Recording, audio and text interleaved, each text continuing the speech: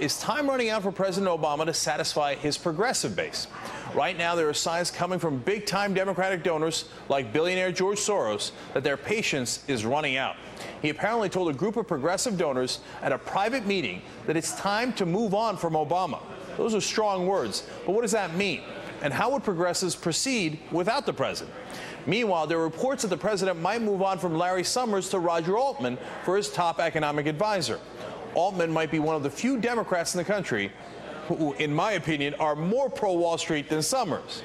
Is there any hope that this president will someday do something that is actually progressive? Find out if I'm being too tough on him. David Sirota is a radio host and a syndicated columnist. Bill Press is also a radio talk show host. They both join us now. First, Bill, I know you think the president has done some things that are progressive. Educate me. Why am I being too tough on him? Well, first of all, Jake, let me just say, all three of us are members of the professional left, okay? I've even been accused of that at the White House, and all of us have been critical of President Obama.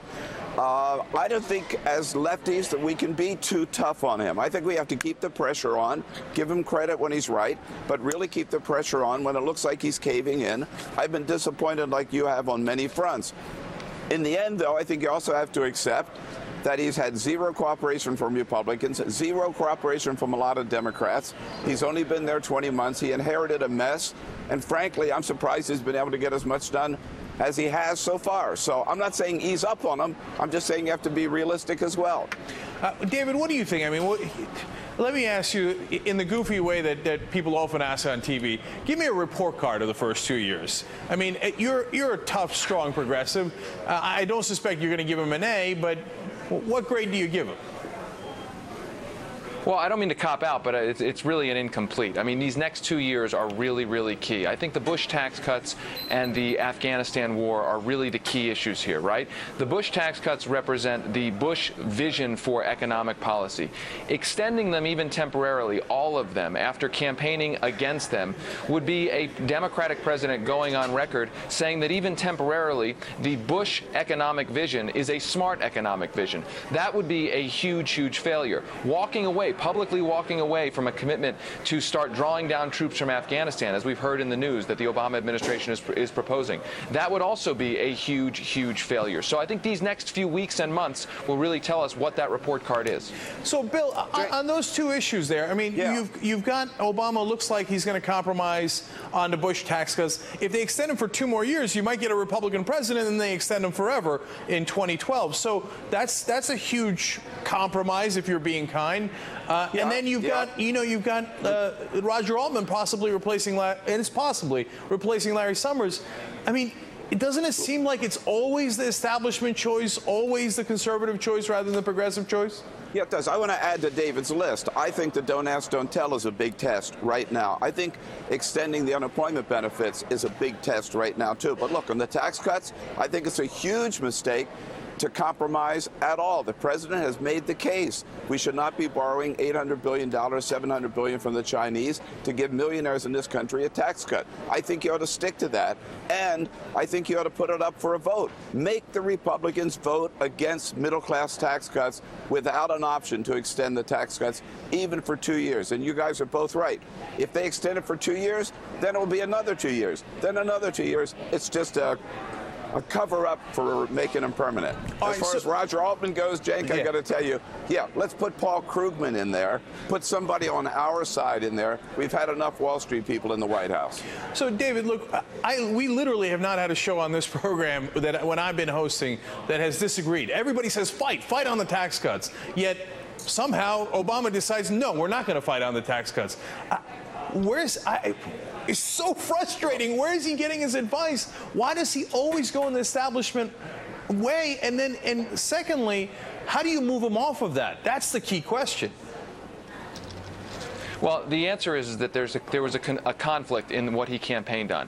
He campaigned on the most progressive presidential platform in a generation, and he also campaigned on a promise of bipartisanship. Ultimately, the Republicans were never going to accept a progressive agenda, the agenda that he campaigned on. So he has decided to prioritize, quote-unquote, an attempt at bipartisanship over his key progressive promises. Why is that happening? I think for two reasons. One, the culture of Washington says that Democrats, and particularly capitulate, progressives have to capitulate to Republicans. That's the media and political culture. And also you have to look at money. Look, this is a president who raised more money from Wall Street than any presidential candidate in American history. So he's got those two forces pushing on him. And then the third and final point is this. He is not afraid of his progressive base. He's not afraid that progressives are going to push him, are going to primary him, are going to primary members of Congress who capitulate with him. That's part of the dynamic here.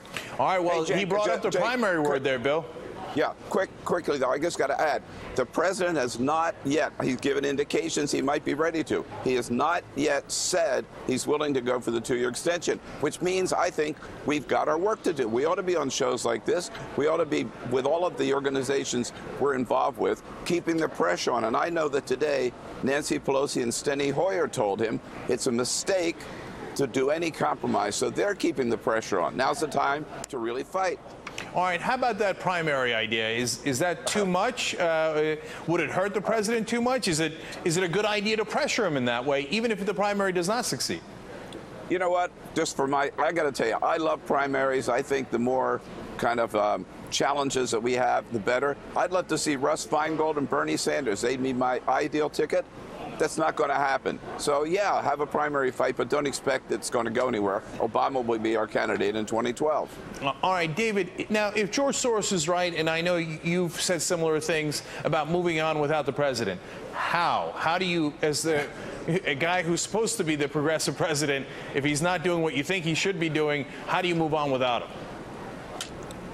Well, what I heard from George Soros is that more resources and more organizing needs to go into progressive movement building as opposed to simply bowing down to any one or another president or presidential candidate or congressional candidate. We need more investment in movement organizing. That is organizing around a set of issues, not around a dear leader, not around a cult of personality, not around any one individual. The conservatives have a true conservative movement. The progressives, I think, need to invest more in movement building, organizing, again, around a set of issues that you're willing to pressure both political parties and any president on.